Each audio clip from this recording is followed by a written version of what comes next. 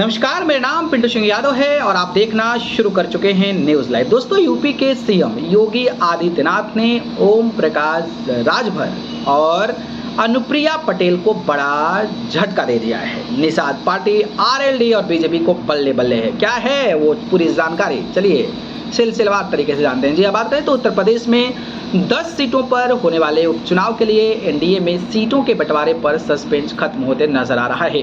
राज्य में 10 सीटों पर उपचुनाव होने वाला है। हालांकि अभी तक चुनाव का ऐलान नहीं हुआ है, लेकिन एनडीए के दलों के बीच सीट बंटवारे को लेकर गुत्थी सुलझ गई है। इसका संकेत निषाद पार्टी प्रमुख और योगी सरकार के मंत्री डॉक्टर संजय निषाद के बयान के आधार पर मिलने लगे हैं। दरअसल बुधवार को उपचुनाव के संबंध में मीडिया से बातचीत करते हुए योगी सरकार के मंत्री डॉक्टर संजय निषाद ने बड़ा बयान दिया है। उन्होंने कहा है कि एनडीए मझवा और कटहरी में निषाद पार्टी के सिंबल पर लड़ेगा। एनडीए 10 सीटों पर चुनाव लड़ रही है।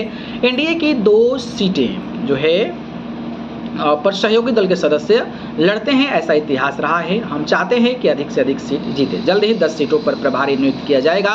हम एनडीए को जीत के लिए सुनिश्चित कराएंगे। उनके बयान से स्पष्ट हो गया है कि जिन 10 सीटों पर उपचुनाव होने वाला है उनमें से 2 सीट निषाद पार्टी को मिलेगी। दूसरी ओर गठबंधन के दल के आरएलडी पहले ही पश्चिमी यूपी की सीट मीरापुर में अपनी तैयारी कर रही हैं। यह सीट आरएलडी विधायक के इस्तीफे के बाद से खाली हुई है। इस वजह से यहां पर आरएलडी का उम्मीदवार होना तय माना जा रहा है। हालांकि एनडीए गठबंधन से सुभाषपा को इस चुनाव में एक भी सीट नहीं मिलने के संकेत पहले ही मिल चुके हैं। लगभग ऐसे ही संकेत अपना दल इसको लेकर भी है।